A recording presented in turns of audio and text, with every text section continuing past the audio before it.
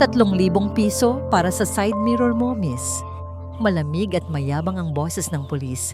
Sapat na para pawiin ang anumang natitirang pasensya sa sistema ni Catalina de la Cruz.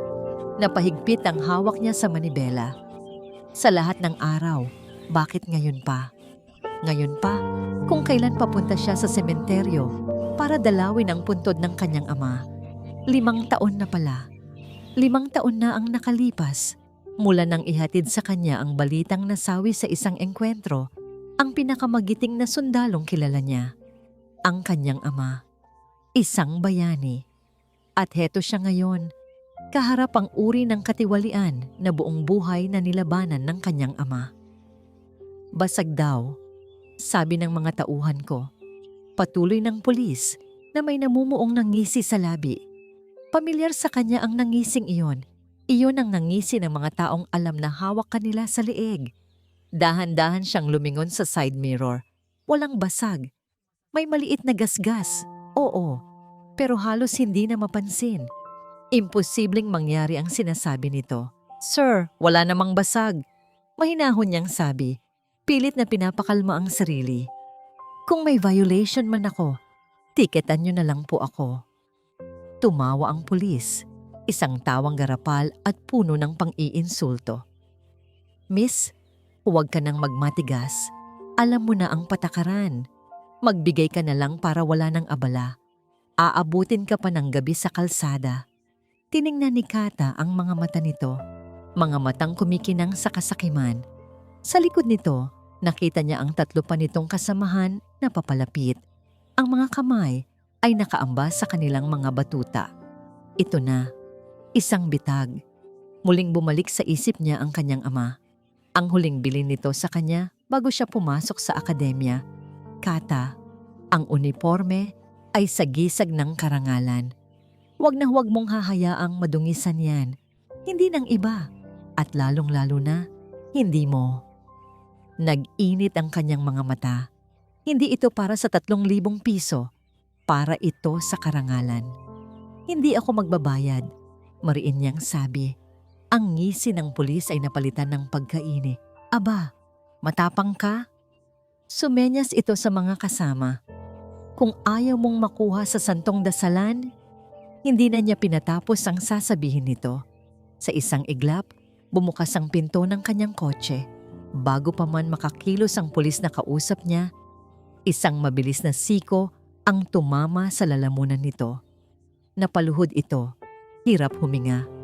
Ang 2 sa likod ay sabay na sumugod.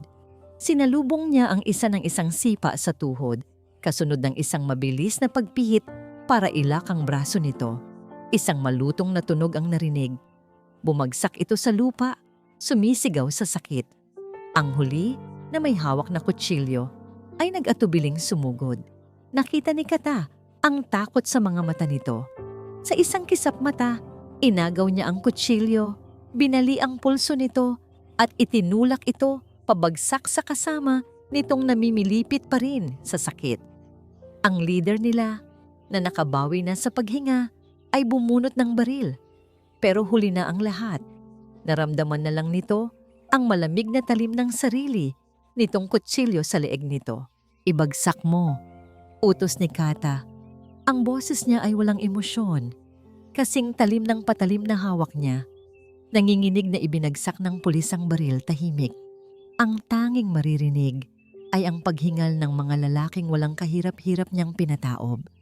Pero hindi iyon ang katahimikan ng tagumpay. Iyon ang katahimikan bago ang isang bagyo.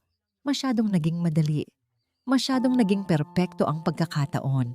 Mabilis niyang sinuri ang ilalim ng kanyang sasakyan at doon niya nakita. Isang maliit na itim na bagay na kumukurap. Isang tracking device. Hindi ito isang random na checkpoint. Pinlano ito. Sino? Bakit?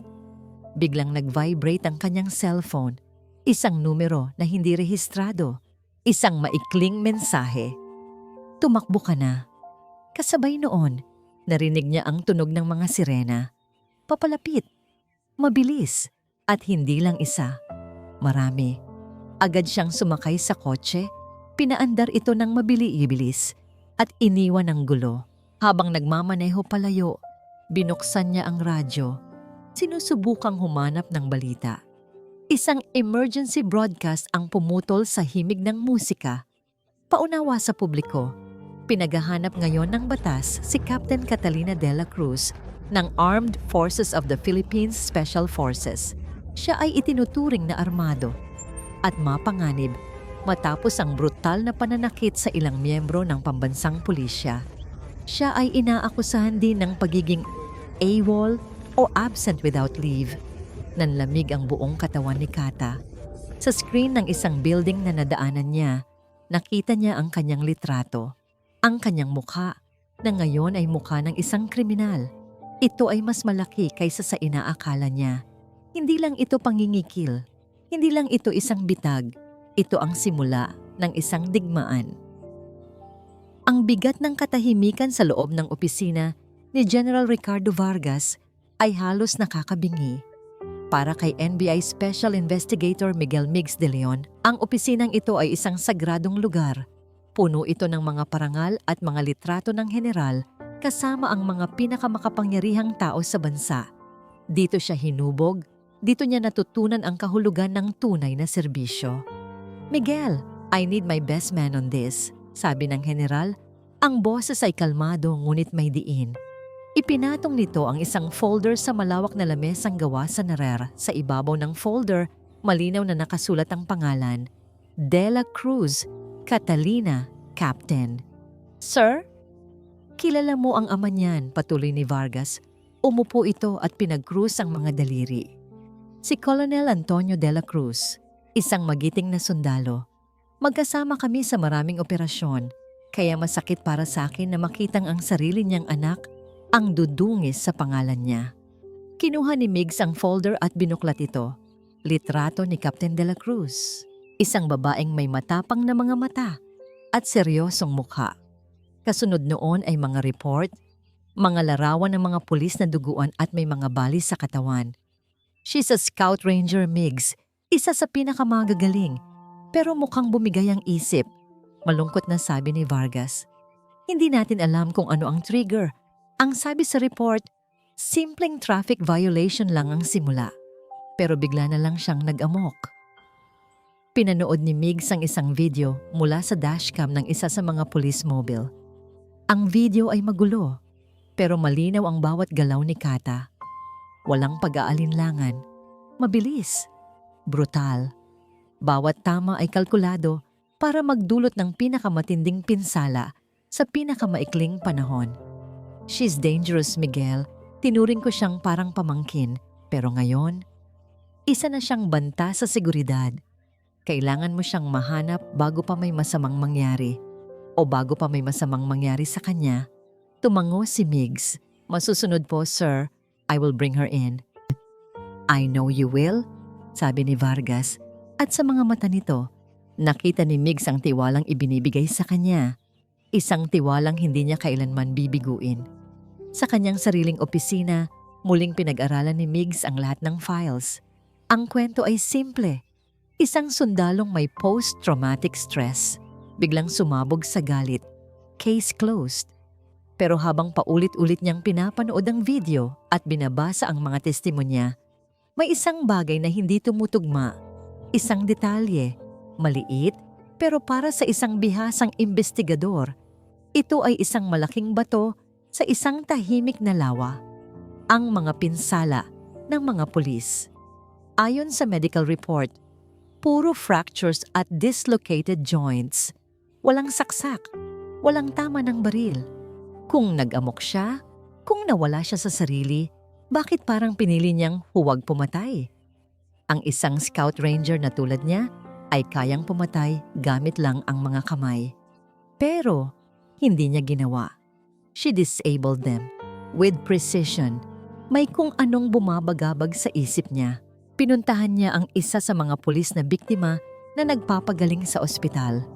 Nadatnan niya itong masayang nagse-cellphone pero biglang umarte na parang hirap nang makita siya. "Sir, parang demonyo po siya. Bigla na lang nanugod," sabi ng pulis. Pero ang mga mata nito ay hindi makatingin ng diretso sa kanya. Napansin ni Migs ang mga galos nito. Hindi tugma sa salaysay. Saan eksakto ang checkpoint ninyo? Tanong ni Migs. Nagbigay ng lokasyon ng pulis. Kumunot ang noo ni Migs. Iyon ay isang kalsadang bihirang daanan ng mga sasakyan. Isang perpektong lugar para sa isang ambush o isang bitag. Pagbalik sa opisina, ginawa niya ang isang bagay na labag sa utos. Pinasok niya ang database ng pulisya, hindi para tingnan ang profile ni Kata, kundi ang profile ng mga pulis na binugbog niya. At doon niya nakita, lahat sila, lahat ng 4 na sangkot ay miyembro ng isang police unit na kilala sa mga kaso ng extortion at brutality. At ang pinakakahina-hinala sa lahat sila ay kararating lang sa lugar na yon. Isang araw, bago ang insidente, parang may nag-set up sa kanila doon, naghihintay. Hindi ito isang random na pangyayari. Hindi pa niya alam ang buong kwento, pero sigurado siya sa isang bagay. Si Catalina de la Cruz ay hindi lang basta isang sundalong na baliw. Habang malalim siyang nag-iisip, biglang tumunog ang kanyang telepono. Isang informant. "Sir, may tip ako. Yung babaeng sundalo, nakita sa isang motel sa Stamesa, room 204. Mukhang mag-isang nagtatago." Agad na napatayo si Migs. Ang mga pagdududa, pansamantala niyang isinantabi. Ang tungkulin ng nanaig. May lead siya. Kailangan niyang kumilos. "Assemble the team," utos niya sa kanyang radio. "Full gear. Susunduin natin si Captain de la Cruz." Habang papalabas ng headquarters kasama ang kanyang mga tauhan, isang isipin ang pumasok sa ulo niya. Panahon na para tapusin ang pangangaso. Ang amoy ng luma at alikabok sa loob ng motel room ay nakakasulasok. Para kay Kata, ito ang amoy ng pagtatago. Bawat tunog mula sa labas, ang pagdaan ng tricycle, ang tahol ng aso, ang sigawan ng mga bata, ay tila isang babala. Alam niyang hindi siya maaaring manatili rito ng matagal.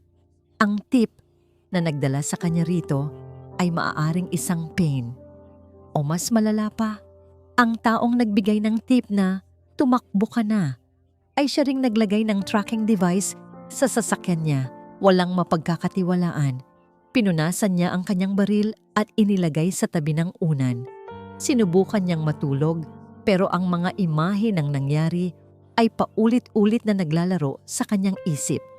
Ang mukha ng mga pulis, ang sirena, ang kanyang litrato sa balita. Isang kasinungalingan. Lahat ng iyon ay isang malaking kasinungalingan para sirain siya. Bigla, may nagbago. Ang ingay sa labas ay unti-unting humina hanggang sa tuluyang nawala.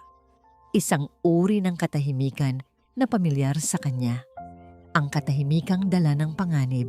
Ang katahimikan bago ang isang pagsalakay, dahan-dahan siyang bumangon, walang ginawang ingay. Sumilip siya sa maliit na siwang ng bintana. Sa dilim, naaninag niya ang mga anino. Mga aninong kumikilos ng may disiplina. Hindi sila ordinaryong pulis, NBI, o baka mas mataas pa. Walang oras para mag-isip. Ang kanyang training ang kusang gumalaw para sa kanya. Kinuha niya ang maliit niyang backpack, isinukbit ang baril sa kanyang likuran, at walang ingay na binuksan ang bintana sa banyo. Isang iglap bago siya tumalon, narinig niya ang sigaw mula sa labas ng kanyang pinto. "NBI? Buksan ang pinto!" Kasunod noon ang malakas na kalabog. Sinisira na nila ang pinto. Tumalon siya. Bumagsak siya sa bubong ng katabing gusali. Gumulong para mabawasan ang impact at agad na tumakbo. Sa ibaba, nakita niya ang mga lalaking armado na papalibot na sa gusali. Ang leader nila ay matangkad, nakasuot ng itim na vest at kumikilos ng may awtoridad. Hindi niya nakita ang mukha nito, pero naramdaman niya ang determinasyon nito. Ito ang mga ngaso at siya ang kanyang biktima. Bumaba siya gamit ang fire escape at tumakbo papasok sa isang lugar kung saan alam niyang mahihirapan silang sundan siya. Ang mataong night market. Ang amoy ng inihaw na isaw at barbecue ay sumalubong sa kanya. Ang sigawan ng mga tindera at ang tawanan ng mga tao ay naging kanyang kublihan. Isiniksik niya ang sarili sa gitna ng damdong. pilit na nagiging isa sa kanila. Nandyan siya. Huwag ninyong hayaang makawala. Narinig niya ang sigaw sa kanyang likuran. Lumingon siya. Ang lalaking leader at dalawa pa nitong kasama ay humahabol na. Sinusubukang lampasan ang mga taong naglalakad. Bumilis ang tibok ng puso ni Kata. Tumakbo siya. Nilampasan niya ang isang nagtitinda ng isda. Tumalon sa ibabaw ng isang karton ng mga gulay at nagpatuloy sa pagtakbo. Bawat kilos niya ay may layunin. Bawat liko ay kalkulado. Hanggang sa napasok siya sa isang makipot na eskinita. Madilim at walang tao. Patay. Isang dead end. Huminga siya ng malalim at humarap. Ilang sandali lang, pumasok ang lalaking humahabol sa kanya. Mag-isa. Humihingal ito, pero ang mga mata ay nakatutok sa kanya. Doon, sa liwanag na nagmumula sa dulo ng eskinita, sa wakas ay nagtama ang kanilang mga paningin. Hindi ito isang ordinaryong ahente. May talino at panganib sa mga mata nito, pero wala ang kasakiman na nakita niya sa mga pulis. Mayroon itong integridad at iyon ang mas nakakatakot. Itinaas nito ang kanyang baril. Captain De La Cruz, sumuko ka na. Hindi gumalaw si Kata. Tinitigan niya lang ito. Sinusuri. Kinikilatis. Hindi mo alam ang pinasok mo. Mahina ngunit mariin niyang sabi. Hindi iyon isang banta. Isa yung babala. Nakita niya ang bahagyang pagkunot ng noo ng lalaki. Isang kislap ng pagdududa ang dumaan sa mga mata nito. Sa isang segundo, nag-alinlangan ito. At isang segundo lang ang kailangan ni Kata. Gamit ang pader bilang suporta, umakyat siya sa isang fire escape sa gilid ng eskinita. Mabilis at walang ingay na parang isang anino. Bago pa man makatutok muli ang lalaki, nasa itaas na siya ng bubong. Sumilip siya sa ibaba.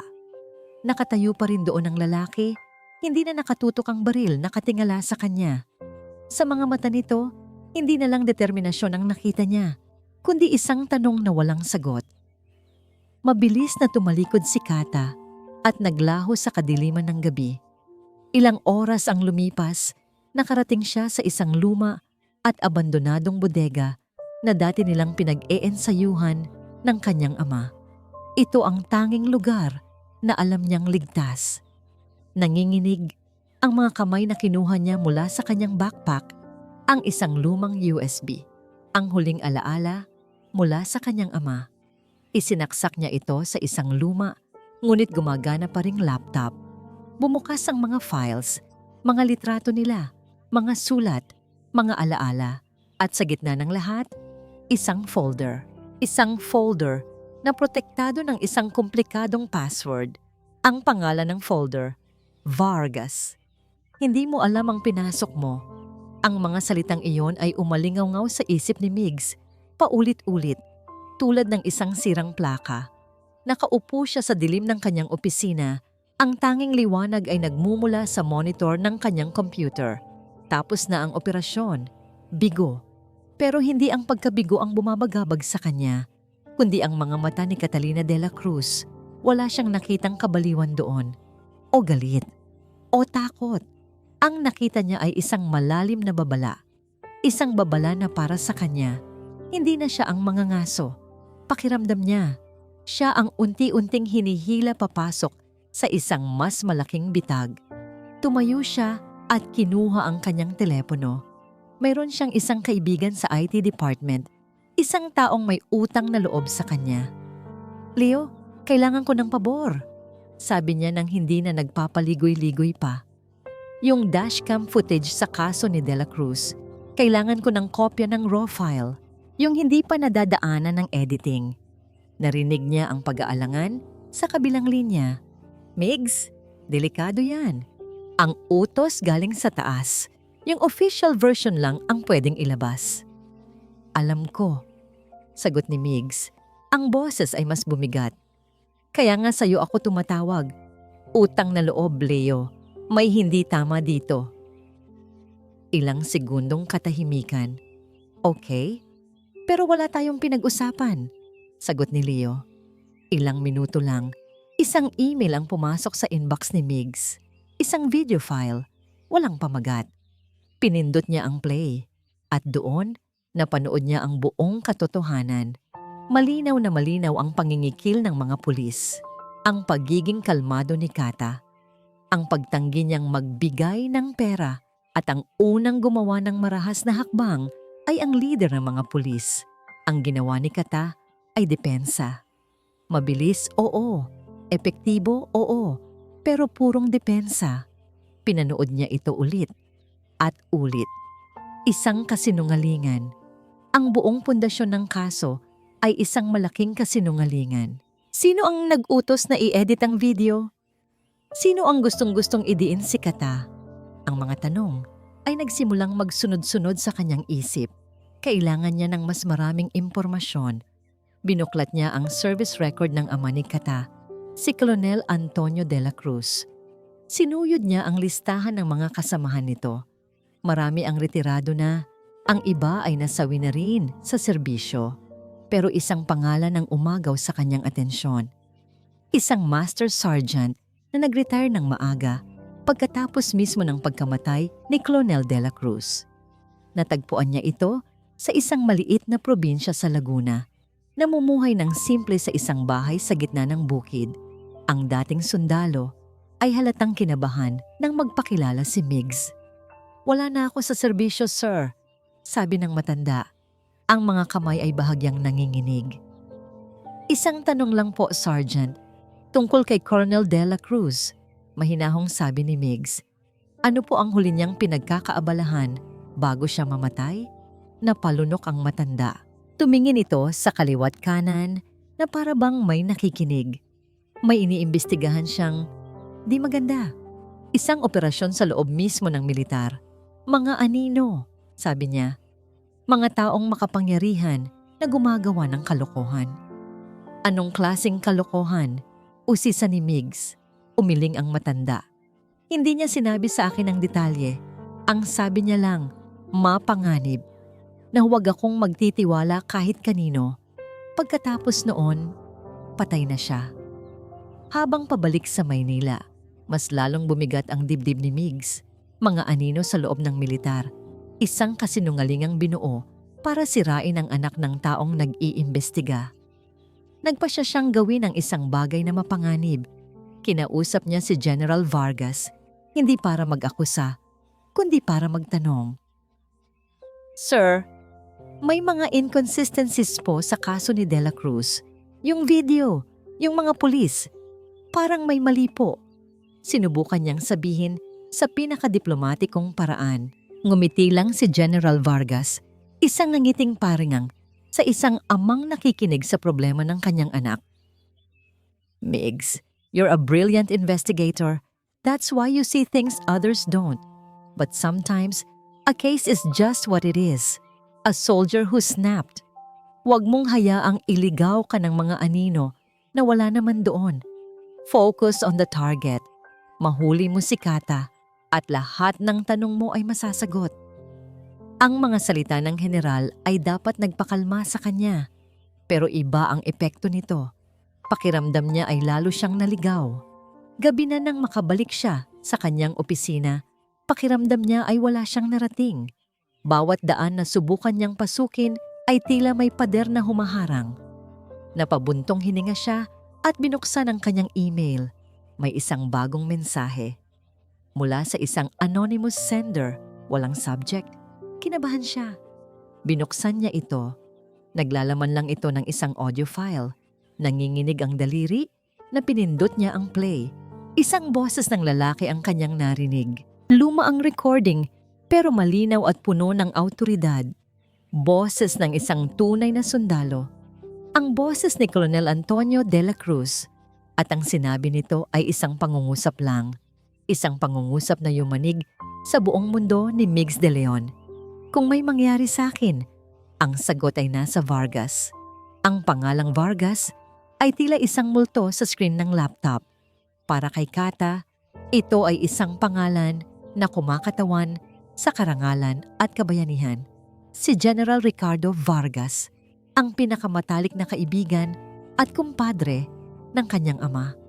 Ang taong tumayong pangalawang ama sa kanya pagkamatay nito. Imposible. Pero bakit ito ang pangalan ng file na huling ginawa ng kanyang ama? Sinubukan niyang i-decrypt ang file gamit ang lahat ng nalalaman niyang password, birthdays, anniversaries, serial number ng baril ng ama niya.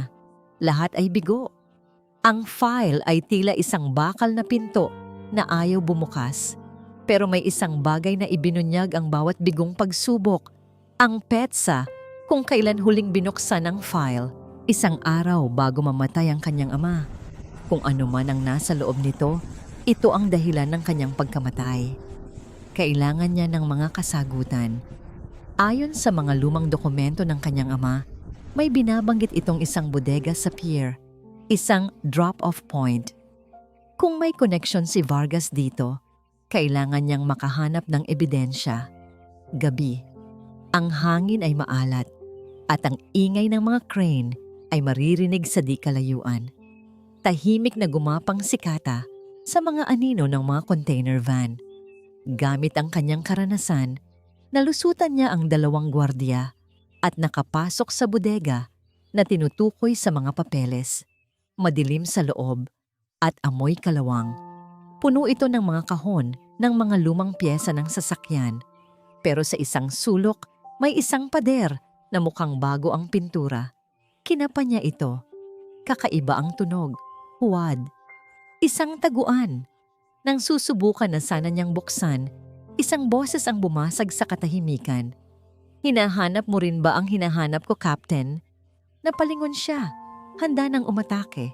Sa bukana ng bodega, nakatayo si Miguel de Leon, mag-isa. Ang baril niya ay nakatutok sa sahig. Ang mga mata niya ay hindi nagpapakita ng galit, kundi ng pagkalito. "Hindi ako naparito para hulihin ka," sabi ni Migs. Dahan-dahang itinaas ang mga kamay para ipakita na wala siyang masamang intensyon. "Naparito ako para sa mga sagot, katulad mo." Nagduda si Kata. Isa na namang bitag? "Paano mo nalaman ang lugar na to?" Tanong din niya. Ang boses ay malamig pa rin. "Pareho tayo ng pinanggalingan ng impormasyon," sagot ni Migs. At inilabas niya ang kanyang cellphone. Pinatugtog niya ang audio recording. Ang boses ng kanyang ama. Napatigil si Kata. Nanlambot ang kanyang mga tuhod. "Nagsisimula na akong maniwala sa'yo," sabi ni Migs. "Pero kailangan ko ng patunay.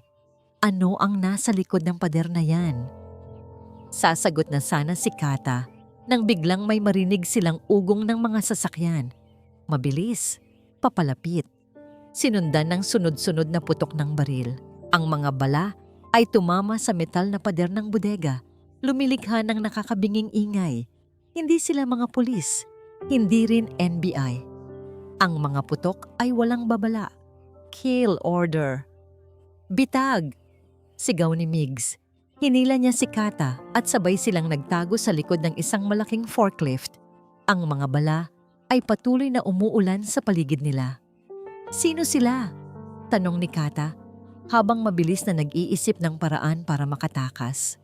"Sila ang mga taong ayaw malaman natin ang katotohanan," sagot ni Migs. Sumisilip para tingnan ang mga kalaban. Mga tauhan ni Vargas. Ang pangalan ay tumama kay Kata na parang isang sampal. Totoo nga.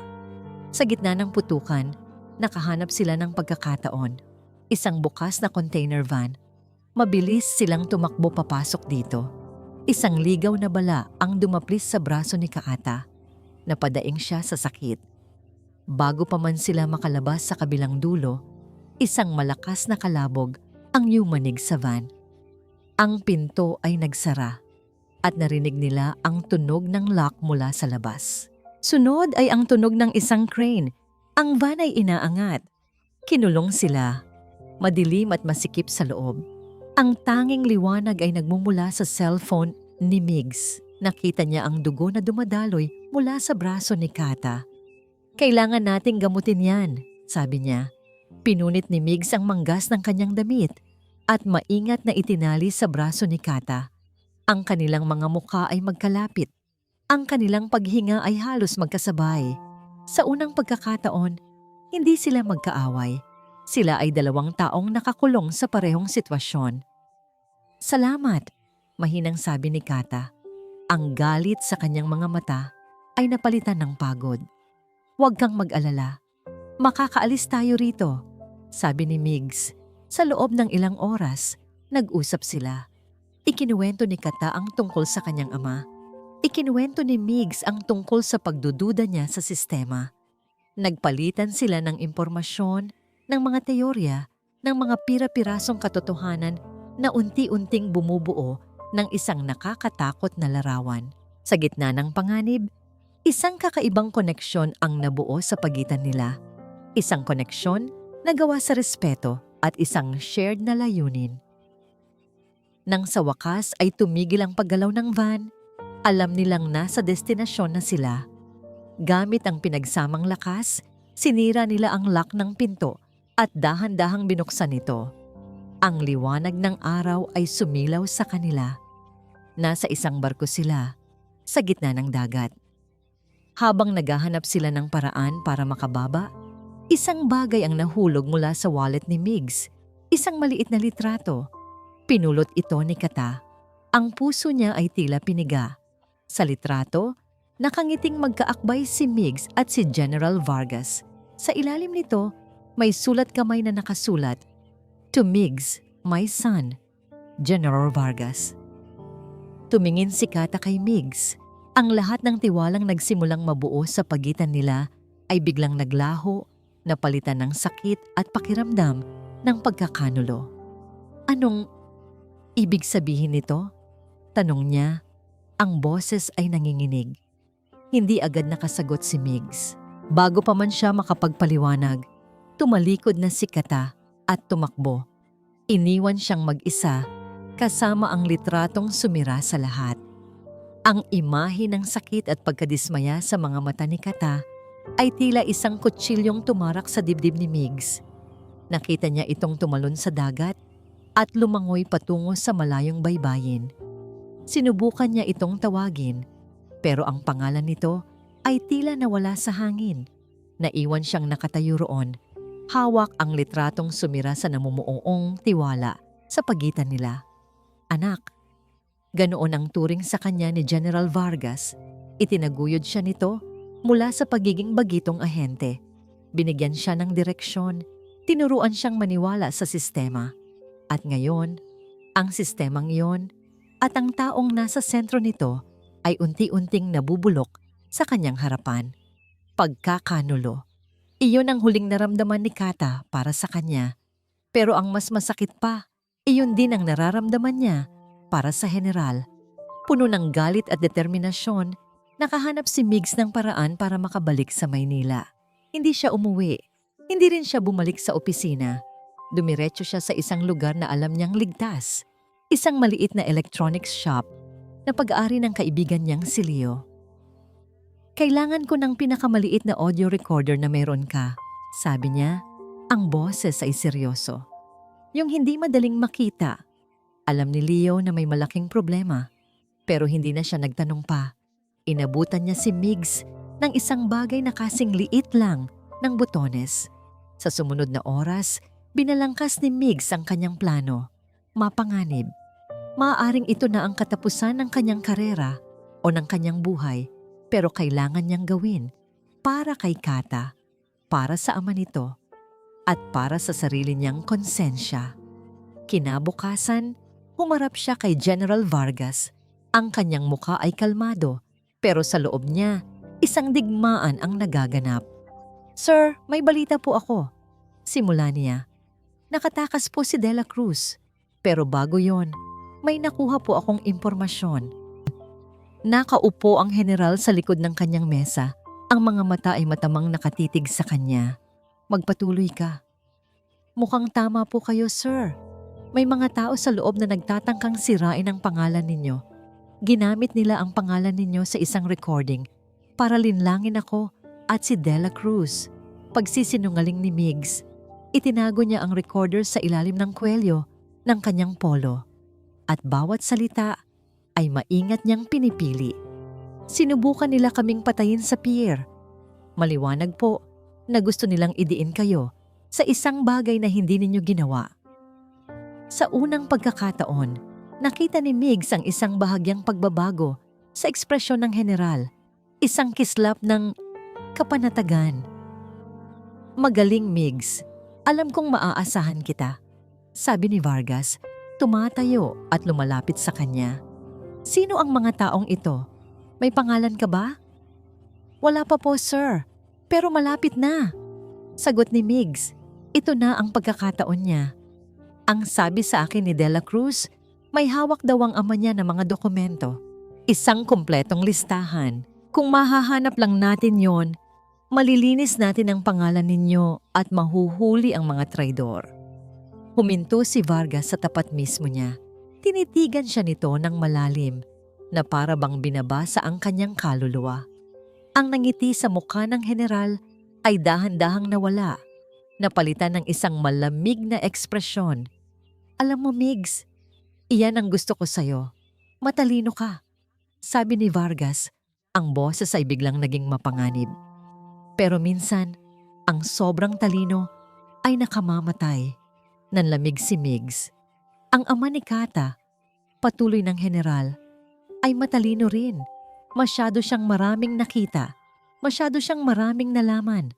Akala niya, kaya niyang linisin ang buong sistema ng mag-isa. Huminga ng malalim si Vargas. He knew too much, Migs. Katulad mong ngayon. Sa sandaling iyon, lahat ay luminaw.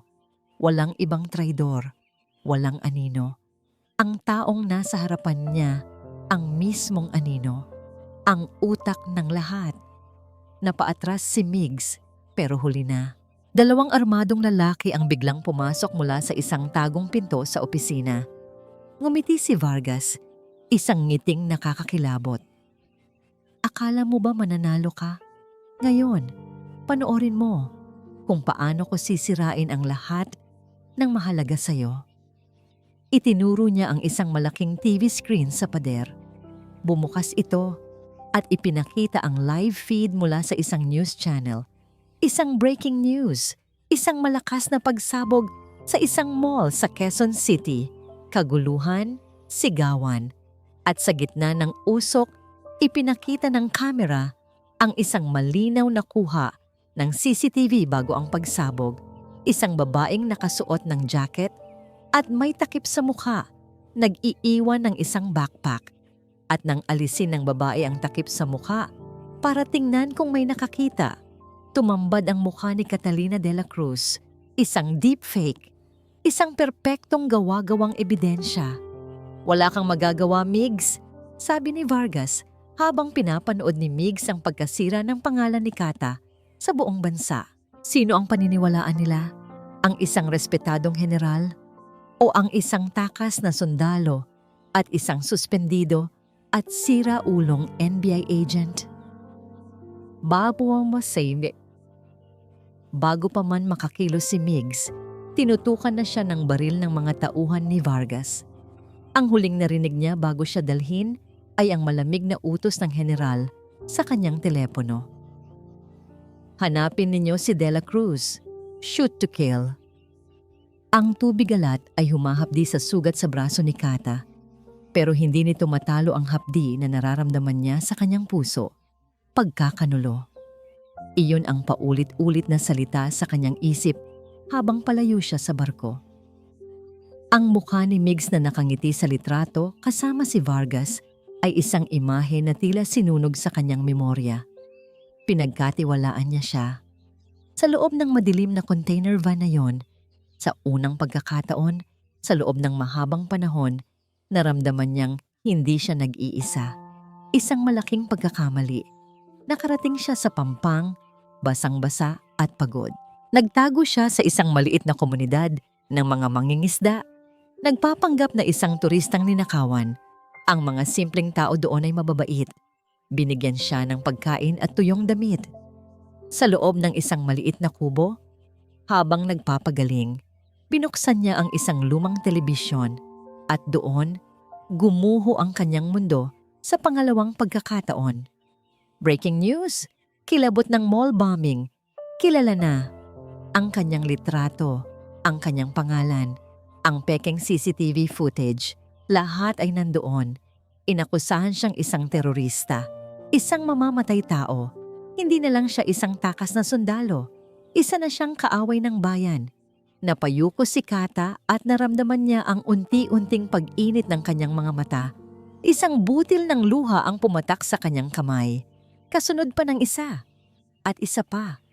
Hanggang sa hindi na niya napigilan. Umagulgol siya. Hindi dahil sa takot, kundi dahil sa bigat ng lahat. Ang pagkamatay ng kanyang ama. Ang pagsira sa kanyang pangalan. Ang pag-iisa. Paano niya lalabanan ang isang halimaw na kayang kontrolin ang lahat? Kayang baluktutin ang katotohanan? Diyos ko, anong klaseng tao ang gumawa niyan? Narinig niyang sabi ng matandang babae na nagpatuloy sa kanya habang nakatutok din ito sa TV.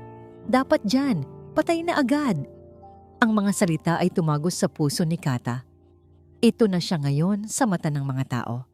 Isang halimaw. Kinagabihan, habang ang lahat ay natutulog, tahimik siyang umalis.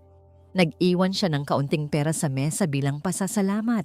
Kailangan niyang magpatuloy, kailangan niyang magtago. Pero saan? Ang buong bansa ay naghahanap sa kanya. Ang kanyang mukha ay nasa bawat poste, bawat news channel, bawat cellphone. Isang premyo ang ipinatong sa kanyang ulo. Buhay o patay. Nakarating siya sa syudad, gabi. Ang mga naglalakihang billboard na dating nagpapakita ng mga anunsyo ay nagpapakita na ngayon ng kanyang mukha na may nakasulat na wanted. Naramdaman niya ang desperasyon, ang pakiramdam na wala nang matatakbuhan. Bawat taong nakakasalubong niya ay tinitingnan siya o guni-guni niya lang ba yon? Ang paranoia ay unti-unti nang kumakain sa kanyang isipan. Umakyat siya sa bubong ng isang mataas at abandonadong gusali. Mula doon, tanaw niya ang buong syudad. Ang mga ilaw nito ay tila mga matang nakamasid sa kanya, naghihintay. Wala na siyang pamilya, wala na siyang karera, wala na siyang pangalan. Ano pa ang ipinaglalaban niya? Tumingin siya sa ibaba. Ang mga sasakyan ay kasing liit ng mga langgam. Ang taas ay nakakahilo. Napakadali lang. Isang hakbang at lahat ng pagod, lahat ng sakit ay maglalaho. Ipinikit niya ang kanyang mga mata. Ang mukha ng kanyang ama, ang kanyang nakita. Nakangiti. Huwag kang susuko, anak. Laban lang. Kasabay noon, narinig niya ang tunog ng mga sirena sa ibaba. Mabilis. Papalapit. Sinundan ng malalakas na yabag ng mga paa sa hagdanan. Natuntun na nila siya. Ito na ang katapusan. Binuksan niya ang kanyang mga mata. Sa ibaba, nakita niya ang mga pulis at sundalo na pumapalibot sa gusali. Ang mga spotlight ay nakatutok lahat sa kanya. Wala nang daan palabas. Sumuko ka na, De La Cruz! Napapalibutan ka na! Sigaw ng isang boses mula sa megaphone. Napangiti si Kata ng mapait. Kahit sa huli, apelyido niya lang ang tinatawag nila. Hindi ang kanyang pangalan. Sa gitna ng kaguluhan, isang itim na kotse ang biglang humarurot mula sa isang eskinita. Binabangga ang police barricade at lumilikha ng gulo. Lahat ng atensyon ay napunta doon. Bumukas ang bintana ng kotse. Mula sa kinatatayuan niya, kitang-kita niya kung sino ang nagmamaneho. Si Miguel de Leon.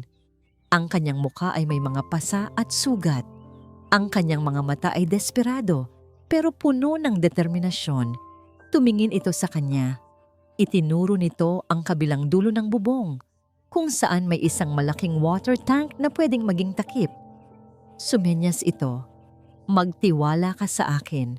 Sa kabila ng lahat ng sakit, sa kabila ng pagkakanulo, sa isang iglap na yon, nakita ni Kata ang katotohanan sa mga mata ni Migs. Hindi siya ang kalaban. Hindi kailanman. Siya ang tanging pag-asa niya. Ang tunog ng nababasag na salamin at nagkakagulong mga sigaw ay naging hudyat. Walang pag-aalinlangan, tumakbo si Kata patungo sa direksyon na sineninyas ni Migs. Ginamit niya ang kaguluhan sa ibaba bilang kanyang pagkakataon. Naririnig niya ang mga putok ng baril sa kanyang likuran habang tumatalon siya mula sa isang bubong patungo sa isa pa. Bawat galaw ay may kasamang panganib.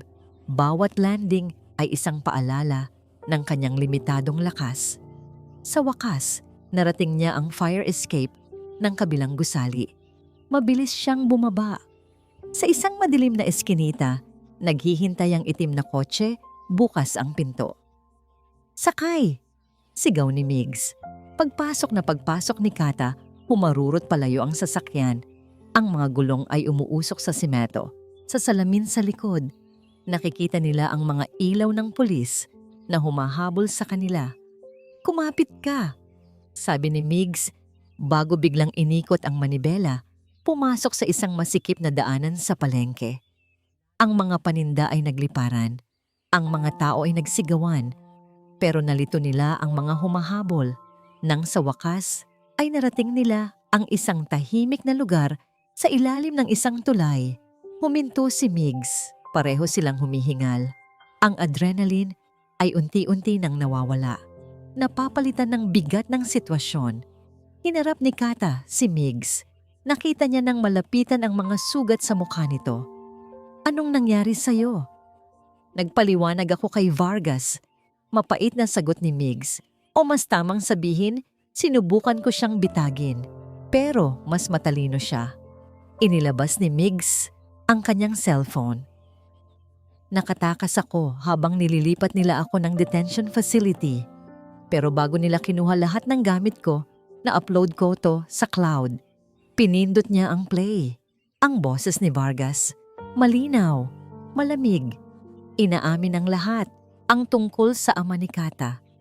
Ang tungkol sa pagiging masyadong matalino nito. Napatakip si Kata sa kanyang bibig. Ang katotohanang matagal na niyang hinahanap. Nasa harapan na niya. Masakit, brutal, pero totoo. Yung litrato. Mahinang sabi ni Kata. "Turing niya sa akin ay anak, oo." Sabi ni Migs. Ang boses ay puno ng pait. "At bilang isang ama, handa niya akong isakripisyo para protektahan ang kanyang imperyo. Ginamit niya ako, Kata. Ginamit niya tayong dalawa." Tumingin si Migs sa mga mata ni Kata. "Patawarin mo ako. Dapat nakinig ako sa'yo. Dapat nagtiwala ako sa instinct ko. Patawarin mo ako sa pagdududa ko sa'yo." Sa mga mata ni Migs, wala nang bakas ng pagiging isang NBI agent.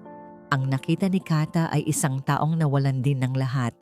Isang taong niloko ng taong pinagkakatiwalaan niya. Katulad niya, hindi na niya napigilan ang sarili. Inabot niya ang kamay ni Migs at pinisil ito. "Wala kang kasalanan. Pareho tayong naging biktima." Sa sandaling iyon, ang lahat ng pader na kanilang itinayo sa pagitan ng isa't isa ay gumuho. Ang natira ay 2 taong sugatan na pinag-isa ng isang layunin. Dinala ni Migs si Kata sa isang ligtas na lugar, isang abandonadong printing press na pag-aari ng pamilya ni Leo, ang kaibigan niya sa IT. Doon, sa gitna ng mga lumang makina at amoy ng tinta, nagsimula silang magplano. "Hindi sapat ang recording na to," sabi ni Migs habang pinapakinggan ulit ang boses ni Vargas. "Puro salita. Pwede niyang sabihing gawa-gawa lang. Kailangan natin ng mas matibay, isang bagay na hindi niya maitatanggi." Binuksan ni Kata ang lumang laptop na dala niya. "Yung file ng tatay ko, Vargas, hindi ko pa rin mabuksan. Pero ito na lang ang pag-asa natin." Nag-collaborate sila. Ang galing ni Kata sa military intelligence at ang galing ni Migs sa investigasyon ay nagsama. Pinag-aralan nila ang bawat detalye ng buhay ni Vargas, ang kanyang mga schedule, ang kanyang mga kahinaan. Sa gitna ng pagpaplano, may mga sandali ng katahimikan. Sa isang pagkakataon, habang ginagamot ni Migs ang sugat sa braso ni Kata gamit ang isang maayos na first aid kit, ang kanilang mga kamay ay nagdikit. Napatingin sila sa isa't isa. Ang tensyon ay hindi na dahil sa panganib, kundi sa isang bagay na mas malalim. "Mag-iingat ka," sabi ni Migs. Ang boses ay halos isang bulungi. Ikaw din, sagot ni Kata. Dahan-dahang inilapit ni Migs ang kanyang mukha. At sa gitna ng panganib at kawalan ng katiyakan, sa unang pagkakataon, hinalikan niya si Kata. Hindi ito isang halik ng pagnanasa. Ito ay isang halik ng pangunawa, ng pangako, ng pag-asang may bukas pa para sa kanila. Nang maghiwalay ang kanilang mga labi, isang bagong determinasyon ang makikita sa kanilang mga mata. May ideya na ako, sabi ni Kata. Binubuksan ulit ang laptop. May isang event, ang taunang ball ng Armed Forces. Nandoon lahat ng matataas na opisyal. Nandoon ang media at siguradong nandoon si Vargas.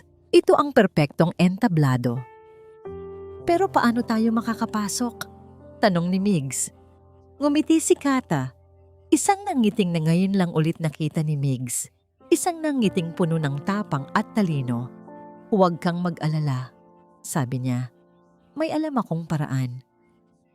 Ang gabi ng Armed Forces Ball ay puno ng karangyaan at pagpapanggap. Ang mga general ay nakasuot ng kanilang pinakamagagandang uniforme.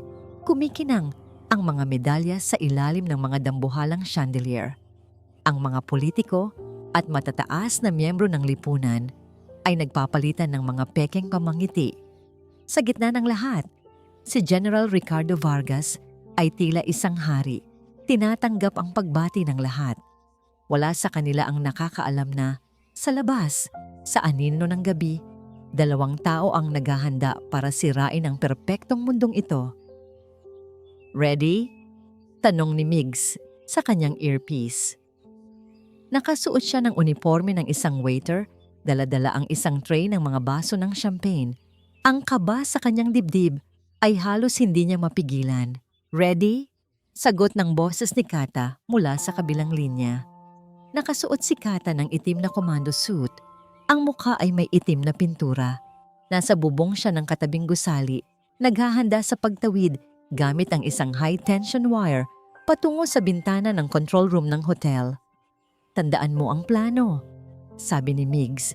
Idi-distract ko siya. Bibigyan kita ng sapat na oras para ma-access ang mainframe. Copy, sagot ni Kata. Migs, mag-iingat ka. Ikaw din, sabi ni Migs bago huminga ng malalim at pumasok sa ballroom. Madali niyang nahanap si Vargas. Napapalibutan ito ng mga admirer. Dahan-dahan siyang lumapit. Ang puso niya ay dumadagundong sa bawat hakbang. Samantala, sa itaas, tila isang anino si Kata na tumawid sa pagitan ng 2 gusali. Walang ingay siyang nakarating sa bintana ng control room. Gamit ang isang glass cutter, gumawa siya ng butas at binuksan ang lock mula sa loob. Ang 2 technician sa loob ay walang kamalay-malay.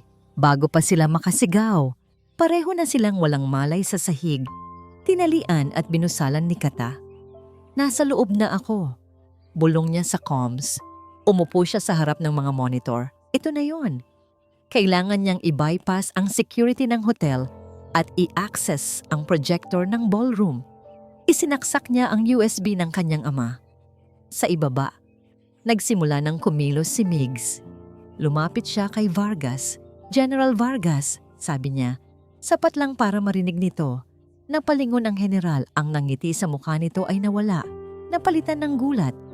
At pagkatapos ay ng isang malamig na galit. Sumenyas ito sa mga security na nakapaligid. Anong ginagawa mo rito? Mahinang sabi ni Vargas, pilit na pinapanatili ang composure. Nandito ako para sa'yo, sagot ni Migs. Oras na para magbayad, sir. Sumenyas si Vargas sa mga gwardiya na palibutan si Migs, pero ginawa niya ito sa paraang hindi makakatawag ng pansin. Tapusin niyo na yan, utos niya. Pero handa na si Migs. Bago pa man makalapit ang mga gwardiya, sinadya niyang matapilok. Dahilan, para bumagsak ang tray na hawak niya. Ang mga baso ay nabasag, lumikha ng ingay.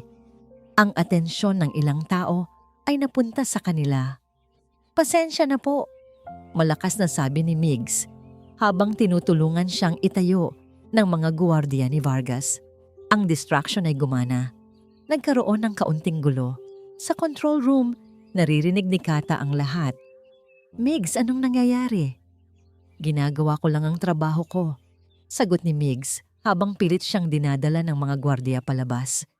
"Bilisan mo na." Nag-type si Kata ng mabilis.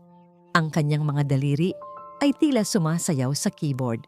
Firewall, bypassed, network access, granted. Pero may isang problema. Isang huling security protocol. Kailangan nito ng biometric scan. Isang fingerprint na mula sa isang mataas na opisyal. "Migs, kailangan ko ng access. Fingerprint," sabi niya. Sa baba, papalabas na sila ng ballroom. Nakita ni Migs ang isang high-ranking na opisyal na pamilyar sa kanya. Papalabas din para gumamit ng banyo. "Ngayon na," sabi niya sa sarili.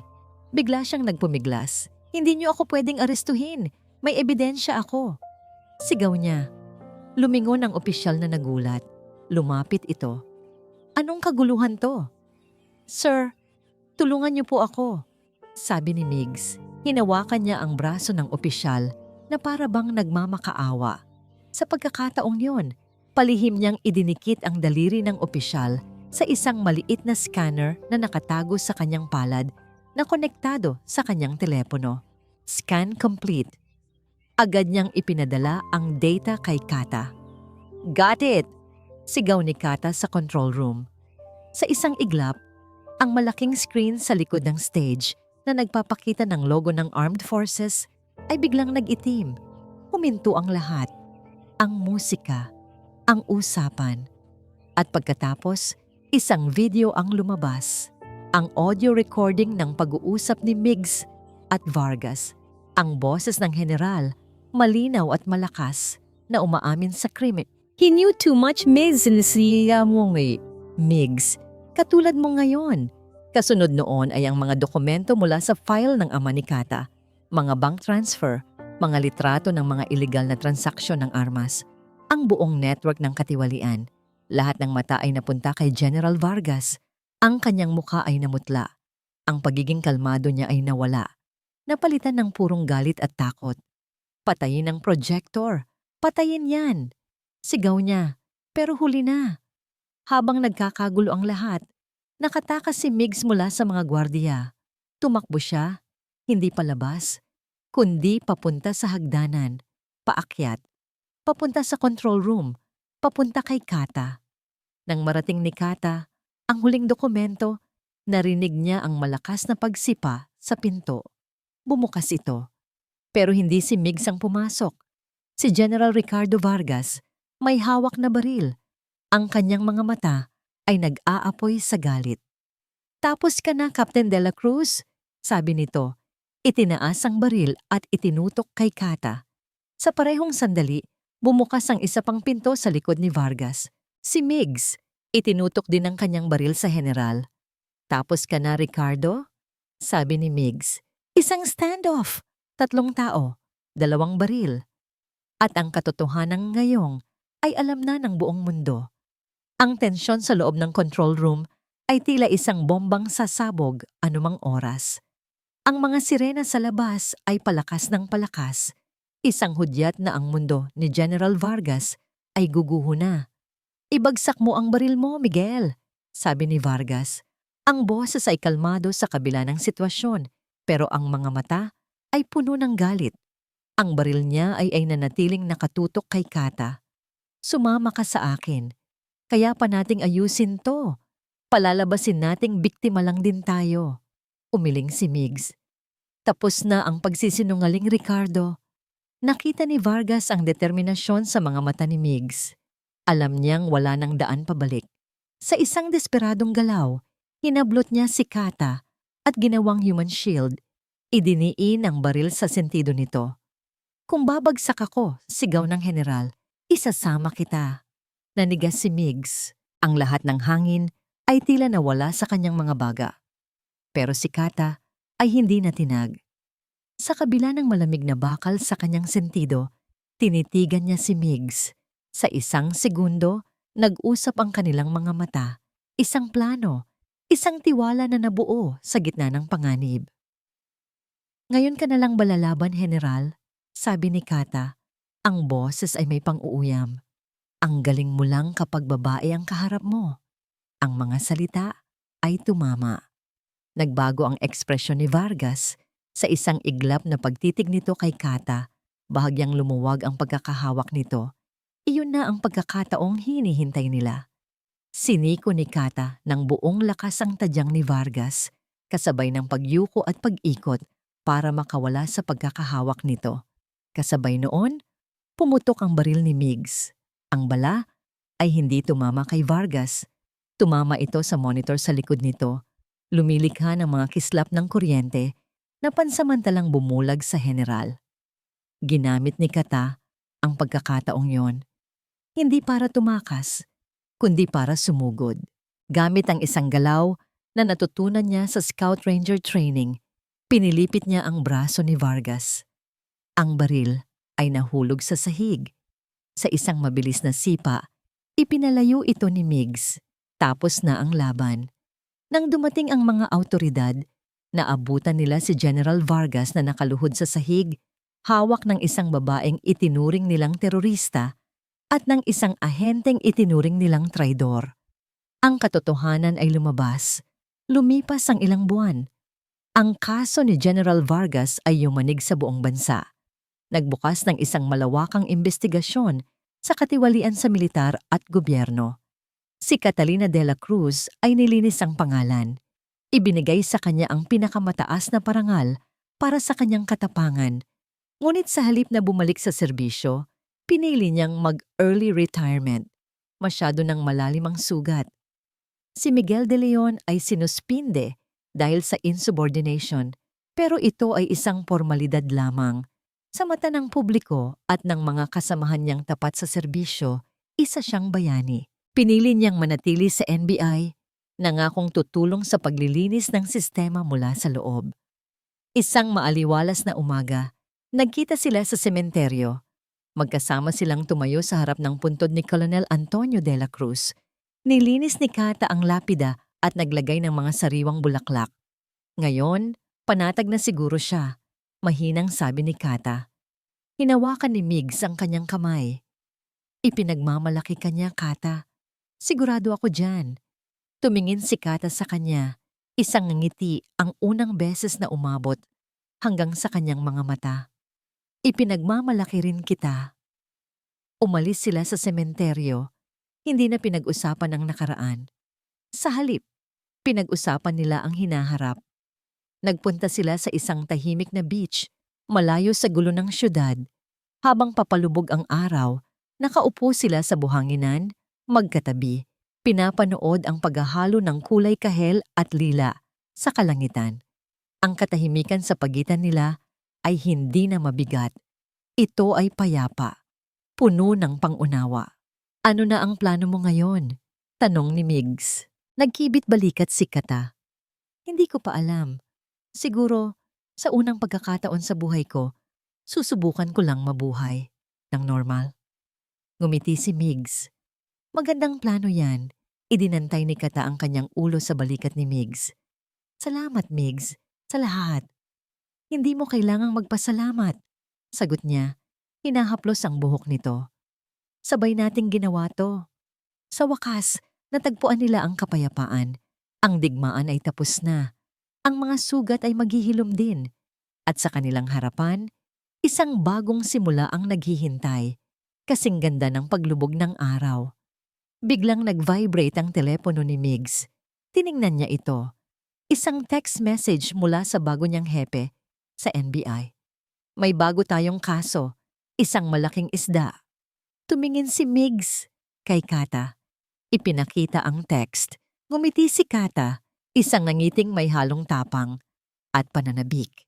Pagkatapos ay tumango siya. Ang kanilang personal na digmaan ay tapos na. Pero ang laban para sa hustisya, nagsisimula pa lang.